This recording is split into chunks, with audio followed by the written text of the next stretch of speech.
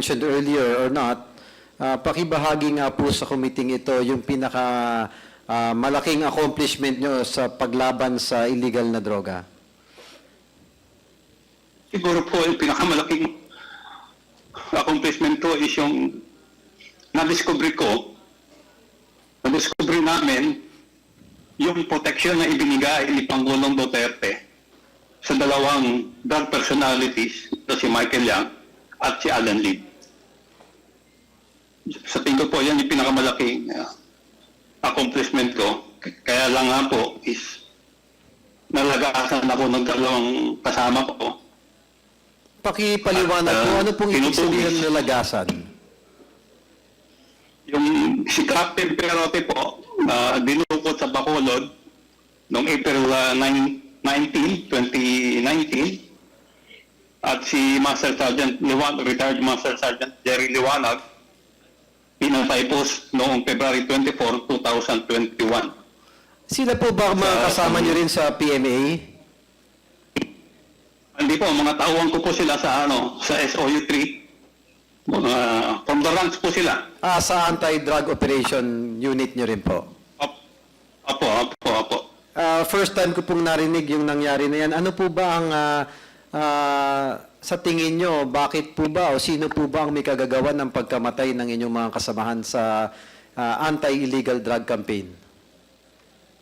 Wala pong iba kundi yung dating Pangulong Duterte. Dahil gusto nila kaming patahimikin dahil sa na-discovery namin na involvement ni Michael Yang saka ni Alan Lim. Ito rin po ba yung dahilan kung bakit wala po Simula kayong... nung... sige po, pakituloy po. Pasensya na po. Ano po yung tanong? Ito rin po ba yung dahilan kung bakit wala kayo rito ngayon at kayo po ay natatakot para sa inyong kaligtasan at buhay? Actually, kinasuhan po nila ako eh. Meron po akong warrant of arrest kaya nagtatago ako at meron po nakapatong sa akin na 10 o 15 million para po mapatay nila ako. Po ay nagsabit ng isang confidential report that was earlier touched by Congressman Benny Abante, a confidential report linking a high-profile personality sa illegal na drugs. Gaya ng nabanggit kanina, ito ay si Michael Yang, Alan Lim, tama po ba yon? Opo, at si Johnson Chua po. Kasama po siya, okay. Ano po yung posisyon ninyo nung ginawa ninyo yung particular na report na ito involving the personalities of Michael Yang, Alan Lim? At the time po ako po ang Deputy Director for Administration ng Drug Enforcement Group. Base po sa report na ito na isinumiti ninyo at nagawa ninyo na inihanda ninyo sa sarili ninyo, paano nyo masasabi na involved si Michael Yang sa illegal na drug trade? Una, dahil dun sa report na ibinigay sa akin ng aking asset na validate namin, then yung connection niya kay Johnson Chua at kay Alan Lim.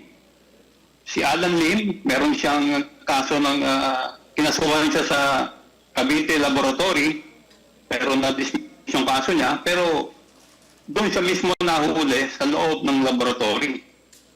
Si Johnson Chua, meron siyang standing warrant of arrest sa na-inisyo ng Cagayan de Oro RTC at sa Parañaque RTC. So dalawang personality na involved sa droga, tapos si Michael Yang, hindi naman po mahirap magkaroon ng assessment doon sa kanyang involvement. So it is safe to say na gaya ng nabanggit po ninyo na without a doubt they are involved sa personal assessment nyo as a professional and well-experienced operative of anti-illegal drugs. Opo, ako po ay 100% na yan si Alan Lim at si Lim Wenxiong ay isang tao lang po yan. At verified nyo po lahat ito sa inyong karanasan? Kindly wrap up, Congressman. Yes, Mr. Chair, just a few more questions. Kasama po yan doon sa, meron pong yung report ko po ay may mga attachment. Opo, bilang huling tanong na lang po, gusto ko lang ibigyan ng emphasis dahil nalito ako doon sa tanong. Kanino niyo po sinabit yung confidential report na ginawa niyo noong 2017? Ang mukhang binigyan ko po ng report ay si Director Cascolan na ipinakuha ni then Chief PNP Bato de la Rosa at nagbigay din po ako ng report kay Director General Aquino ng PIDEA at nung maupo si Chief PNP Oscar Albayalde, binigyan ko rin po siya ng report. Ano po nangyari sa report? Wala po nangyari. Ako po ang binaliktad kung ano pong ibinintang sa akin at dininay nila yung mga report.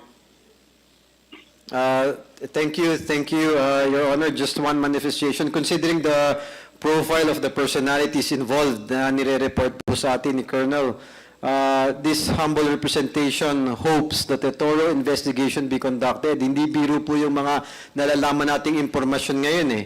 These allegations, if these allegations are true, then we should be alarmed and drastic measures be implemented. We need laws to protect people like ang ating colonel ngayon na nagbibigay ng impormasyon na to. In the end, we wouldn't want drug syndicates to be able to penetrate the higher echelon of our government.